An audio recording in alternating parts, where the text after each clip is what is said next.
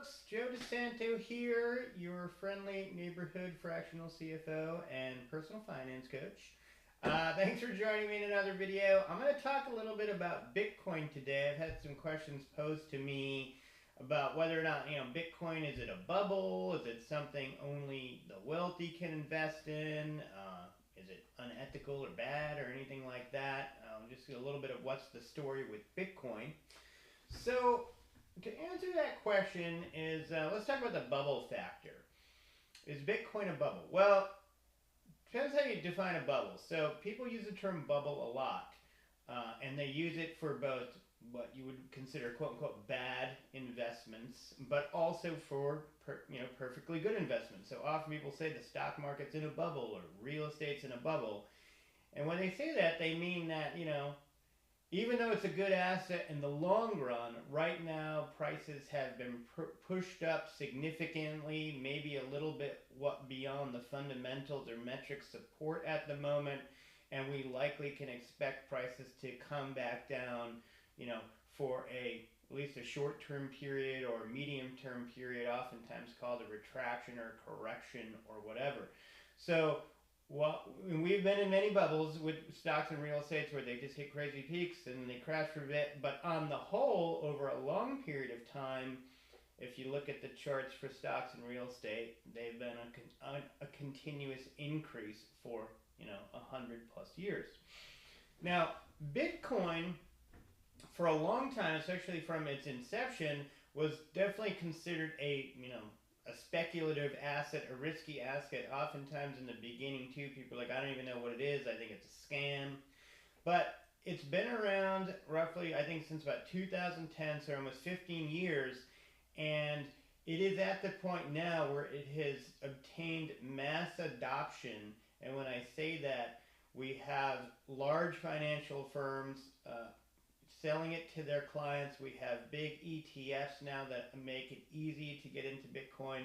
Bitcoin has definitely been accepted by the financial system as a legitimate store of value, kind of like like a digital gold, if you will. There's even now conversations about governments using it to as some sort of stable store of value.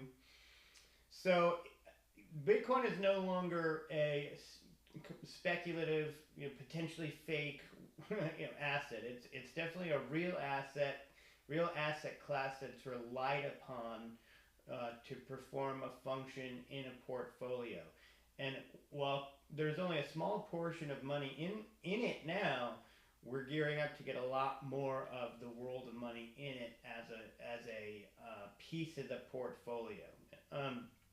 So it's not speculative ultimately, I don't think, anymore. However, it has experienced what we would consider many bubble scenarios. And in the last 4 bubble burst cycles of Bitcoin, it's gone up significantly and dropped significantly when it did that correction, and it stayed in that correct zone for a long period of time. And when I say dropped, I mean dropped like 80% of its value, and it's done that 3 or 4 cycles. But I think we can expect that while that surge and retraction will continue to repeat in Bitcoin's life as an asset, the severity of that correction is going to get less every time as there's more mass adoption of it as an asset to be used in just everyone's portfolios. So no, it's not a scam. While it may be in bubble territory at any given time, it's probably akin to stocks being in a bubble or real estate being in a bubble or so on. I think we're going to see Bitcoin, potentially if we get another bull run here towards the end of 2025, maybe it could reach 150,000. We'll see. We might have already capped out. Probably you'll be able to get an entry point. In my just average person opinion, there'll be another entry point probably in the $50,000 range, I think. But I don't think you're going to see it go much below that. And over time, it's probably going to reach extreme highs as it becomes a more adopted asset and a lot more cumulative money is put into it. And it's a great asset because there are a fixed number of coins that can be mined for Bitcoin, and it can't be inflated, you know, as an asset like cash can or other things. So that's that. Now, is it secure? That's an interesting question. For a long time, it was less secure. The most secure way to hold Bitcoin is in your own cold storage wallet.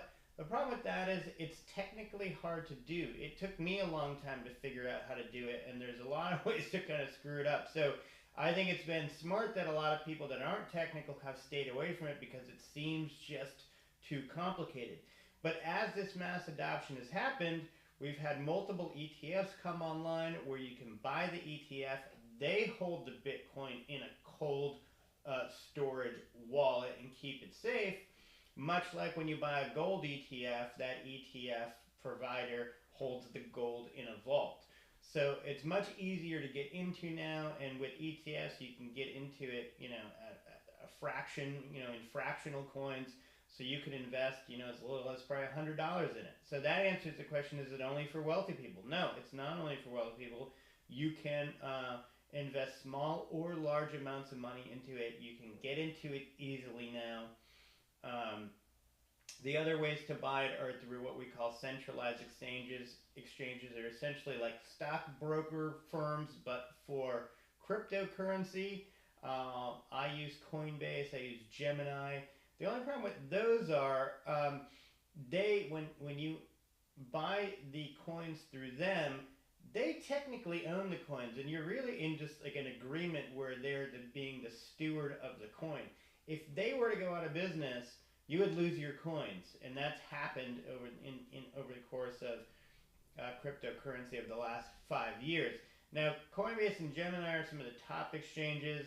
If we do get more regulation around those kinds of exchanges, there'll probably be more, you know, fail-safes put in place, but there is a little bit of risk in that sense. So I think for the average person, going with a Bitcoin ETF where they store the Bitcoin in cold storage, but it's a big firm like BlackRock or ARK or something like that, is going to be the safest, easiest way to do it. And lastly, I'll say, is crypto unethical? I don't think so, actually. I think it's kind of a democratizing asset. But where the unethicalness, if that's the word, happens is that being it's a decentralized source of currency exchange, if you are trading your currency and trading with other people on the blockchain, there is no identifying information, you know, for these decentralized wallets. So it is a place, people say, that a lot of criminal activity where money needs to be exchanged for the criminal activity, it can happen anonymously. And I would say that's probably accurate. There is no requirement if you're going to have a decentralized wallet, meaning you're not going to buy the Bitcoin through an ETF or an exchange or whatever. You can have a decentralized wallet where your name's not even associated with the wallet, but you have access and ownership of the coins by being the only person that can access the wallet. And so without that name connection to the wallet, obviously more, you know, potential criminal activity could be done. So anyway, my thoughts on Bitcoin. I hope that answers some of the pressing questions out there. If you have any comments or questions about it, do it in the comments below, and I'll see you in the next one. Bye.